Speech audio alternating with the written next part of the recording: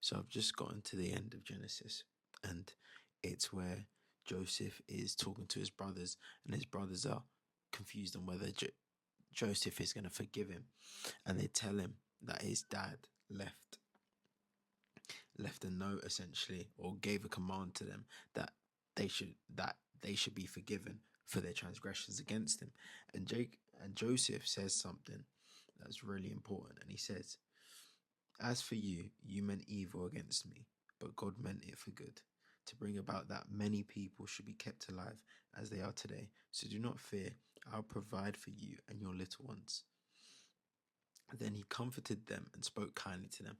And this, what I wrote down is, the things that happen in our lives that negatively affect us can always be used to be positive, to be positive influences and to affect the world in a good way. Whether this is some sort of trauma or some sort of relationship or whatever, those things can be used by God as something good to build your character up and to possibly do other things that you may never ever know or ever think of, right? And sometimes it is hard seeing it through. Like, I'm sure when Joseph was a slave, he probably was depressed. It's not easy being a slave. First of all, being a slave, and even comparing that to our problems that we have now, it's not easy at all, right? And there will be bad times. You will go through grief and sadness and all sorts of emotions and anger. But at the end of the day, God will always mean it for good. He does not want us as believers to be stuck in the sadness. And this makes me go back to Psalms 23, where there's a couple points that I'll touch on. And it's the first one that starts off, "The Lord is my shepherd, I lack nothing."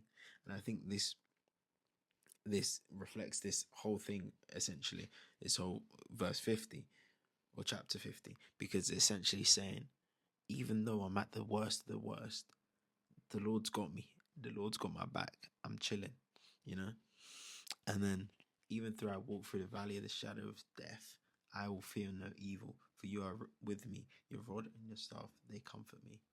And I think this as well is just so important, because we need to understand our comfort shouldn't be in the things of this world, but things we, but the Lord.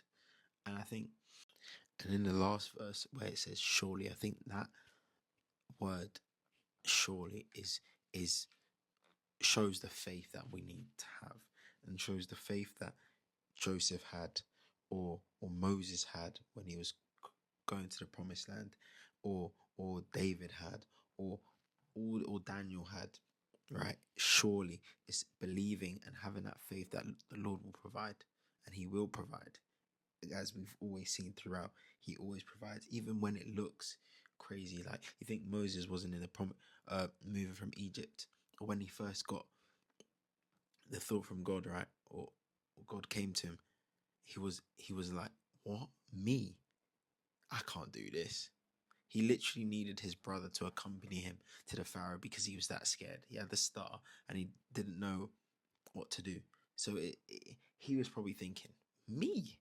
Out of everyone, you want me to take my people out of here?"